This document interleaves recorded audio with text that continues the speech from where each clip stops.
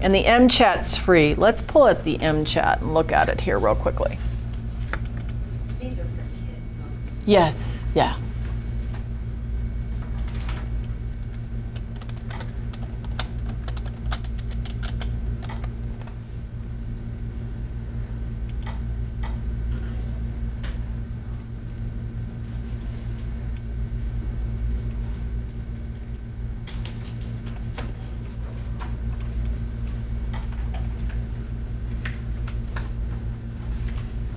Okay, so here's the MChat. So if you just put in MChat online and it gives you the modified checklist for autism,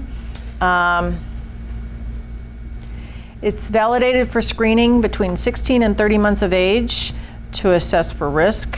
You can score it in about 2 minutes. Children who fail 3 or more items total or 2 or more critical items, particularly if they remain, there's a follow-up interview to do with the MChat, means they don't do well. So, does your child enjoy being swung, bounced, knee, peekaboo, hide and seek, climbing on things such as upstairs, interest in other children, ever pretend, index finger to point, small toys, bring objects over to you, eye, oversensitive to noise? Does your child response? For me, part of the issue is if a child doesn't have language, and this is where I think it tends to be less sensitive for me. For me, this SCQ tends to tease that out more, because if a child doesn't have language, you skip the first 8 items so that you go on and look at things that are applicable to kids who don't have language. Here, you're not asking that question. So I have, does your child understand what people say? Well, if a child's not talking, that's really hard to understand. And so you tend to get kids who aren't talking who have other issues. So that's why. It's a very good gross measure. There are a lot of reasons kids cannot do well on the MChat, folks. Okay, let me just be really clear of that. And if they have a language disorder, they're probably not going to do well on this at all. So then you're going to have to differentiate, which is why I tend to go for 2 years and older, really 3, the social communication questionnaire. But the great thing about this is it's free. So you just download it, and it's really good in littler kids. So 18 months and beyond. But for kids that are, say, 5 and up. I love the social communication questionnaire. I mean, that's my personal favorite. Tanya, you use a current form, right? Of this? Yes, for that age range. When they get older, because it asks about so much behavior at the 2 to 3 age range, then I try to ground them and sort of say, what was happening when he or she was 2 or 3 years old? Sir Michael Rudder, who helped develop the instrument, one of the most amazing researchers I've ever had the chance to listen to.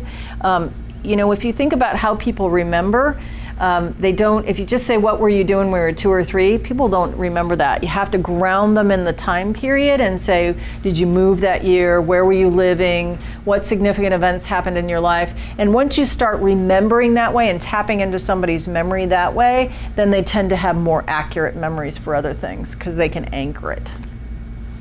So between 2 and 3, you use a current, and after that, the lifetime form of the SCQ? Well, first of all, remember that the SCQ technically isn't validated down to 2. I tend to use it because I've got those data from the testing company, and if you go on my website, I'll do that and I'll look at it and interpret it for you.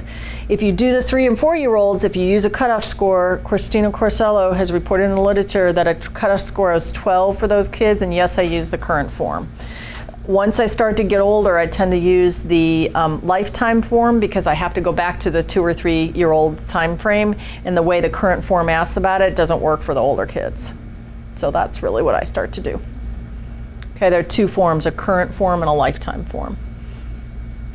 Okay, other questions around any of that? Yeah. The MChat, yes. SEQ, I will tell you yes, but let me give you this caveat. And we're working on it, and I've been talking to the WPS folks about this too.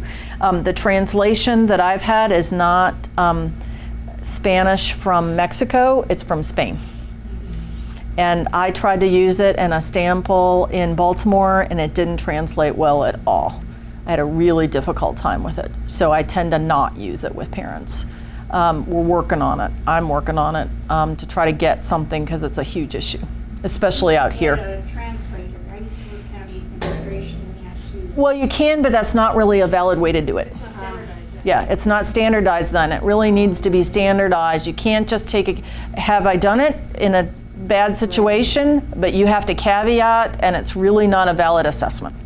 To be honest, that's not good enough. We need to do better by kids who are non-English speaking, especially in San Diego.